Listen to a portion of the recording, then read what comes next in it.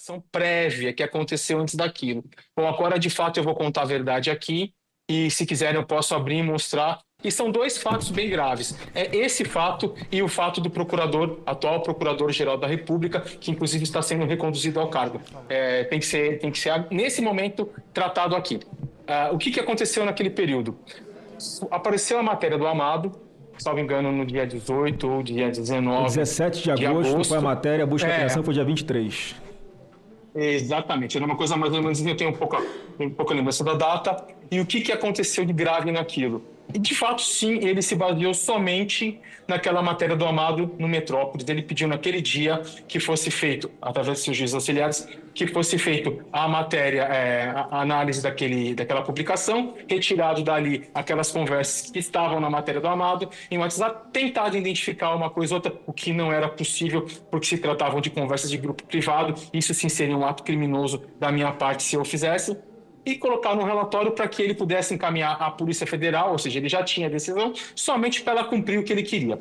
Bom, eis que aconteceu aquela apreensão, ela era para acontecer numa segunda-feira, se eu não me engano, ela aconteceu numa terça, ele estava desesperado para aquilo que acontecesse, e não foi na terça, e surgiu naquela semana uma forte repercussão da mídia, que todo mundo estava brigando, dizendo que, olha, que absurdo, foi feito somente com base nas matérias, a matéria jornalística do Amado, não sei o quê. Sim, de fato, foi feito somente na matéria jornalística do Amado. Quando chegou próximo de sexta-feira, foi pedido para mim, através do Ayrton Vieira, eu tenho aqui não só a última conversa com ele, porque as anteriores foram apagadas, e daquele momento que eu vi que tinha algo errado, eu comecei a manter dali para frente. Foi um pedido através do Alexandre de Moraes para que se construísse um ambiente, uma história. O que acontece é que o Ayrton Vieira, ele não tem qualquer familiaridade com o computador, ele não sabe usar o computador, e ele precisou da minha ajuda para montar aqueles mapas mentais que foram abertos numa segunda, numa terça-feira, quando Alexandre de Moraes tirou o sigilo do processo, para dizer que existiu uma investigação preliminar. Então foi encaminhado para mim as PETs, circuladas essas PETs, quais os objetivos, quais os alvos que ele queria que colocasse nos mapas mentais. Foi pedido para que se confeccionasse um parecer, um relatório com data retroativa, e eu assinando pelo Supremo Tribunal Federal, ao qual eu não era nomeado, foi pedido para fazer toda essa história encaminhada para o Ayrton, para que o Ayrton, dentro do processo físico, fizesse da forma que ele acha. Eu acredito que foi feito colocado isso anterior. Então, não existiu. Se quiserem aqui, eu compartilho esse material, eu compartilho um cronograma, para que vocês olhem a data que esse material chegou em minhas mãos, a data que essas PETs chegou circuladas, a data que o mapa mental, que todo mundo da imprensa viu no dia que ele tirou, foi confeccionado.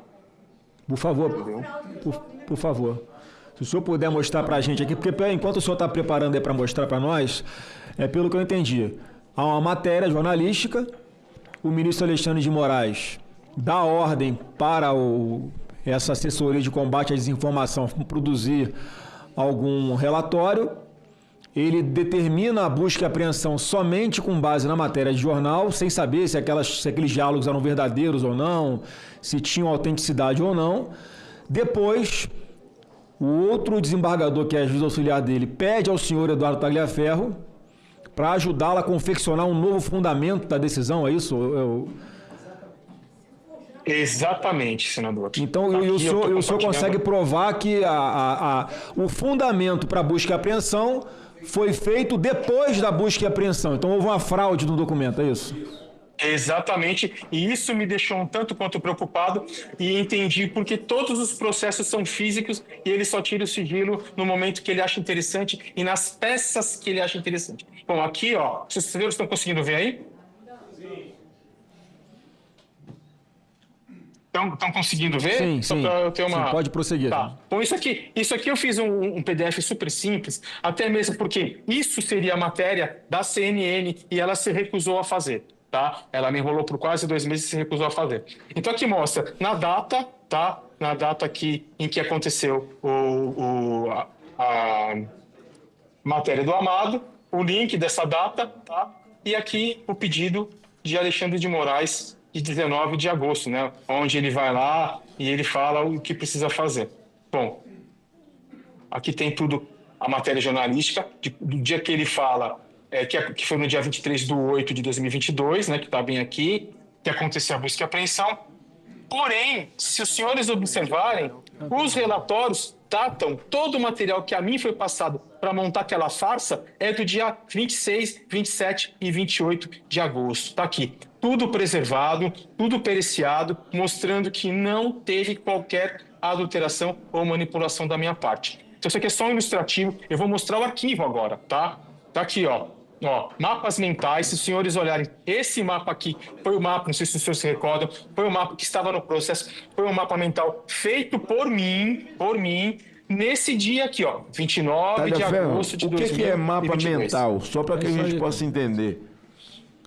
Mapa mental é um organograma ilustrativo para que as pessoas entendam os relacionamentos que, tipo, sei lá, às vezes pode ser usado para processo, pode ser usado para coisas de informática, onde a gente consiga, só de bater o olho, entender quem é o personagem e qual o relacionamento dele com a história, entendeu? Então, se o senhor olhar aqui, ó, você vai ver que esse mapa mental, onde relacionava como foco principal esse é o Alan? Santos, exatamente, o Alan dos Santos, e ele relacionando aqui com o Custer, com o Salomão, com o Portela, com o Enzo Momenti, com o Bezerra, com o Rafael Moreno, bom, todos os personagens, até chegar onde? Ao financiamento suposto por Luciano Hang, entendeu? Protorque e tudo, onde colocaram os 10 caminhões, na frente do Supremo Tribunal Federal. Esse documento que foi apresentado por Alexandre de Moraes,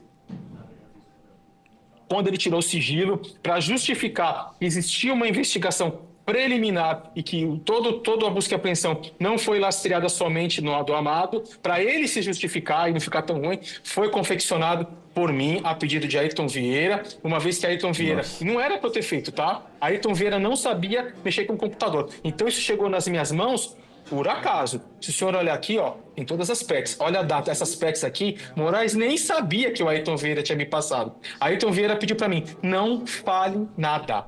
Tá tudo aqui, ó. Os relacionamentos, os mapas bonitinhos, todos que foram feitos por mim. Tá aqui, ó. A data do mapa mental, bonitinha, mostrando aqui 29 de agosto, o horário, ou seja, nada foi confeccionado antes. Bem como esse relatório feito, onde eu assinei pelo Supremo Tribunal Federal, do qual eu não era, em momento algum, nomeado, tá?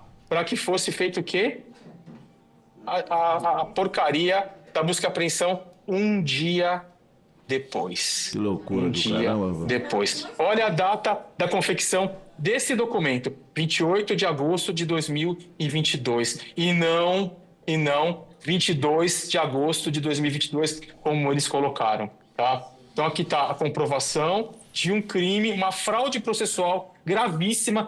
Então, se aconteceu nesse caso, imagino que não acontece em todos os processos físicos em posse de Alexandre de Moraes. Então, a gente tem que tomar muito cuidado com o gabinete dele e com os processos. Lembrando que tudo que eu fiz, tirei hash, sabe? Justamente para não ter contestação. Isso já está lastreado por um laudo pericial. Tudo bonitinho, ó, tudo bonitinho. Tá vendo as datas? 28, ó, tudo bonitinho. Agora eu vou abrir um outro relatório. Deixa eu ver se eu preciso enquanto o senhor está abrindo aí, enquanto o senhor está abrindo, só para confirmar também, essa preocupação dele de esquentar essa operação de busca e apreensão, né, sem embasamento nenhum, essa é a comprovação do que chama de pescaria probatória, né? Você primeiro pega os telefones, vê o que tem, depois você justifica fraudando um laudo, como o senhor está mostrando, já que tem os metadados que esse documento, que depois oficialmente ele apresentou como sendo um fundamento para autorizar a busca e apreensão, ele foi produzido por esses metadados que o senhor tem do Word, ele foi produzido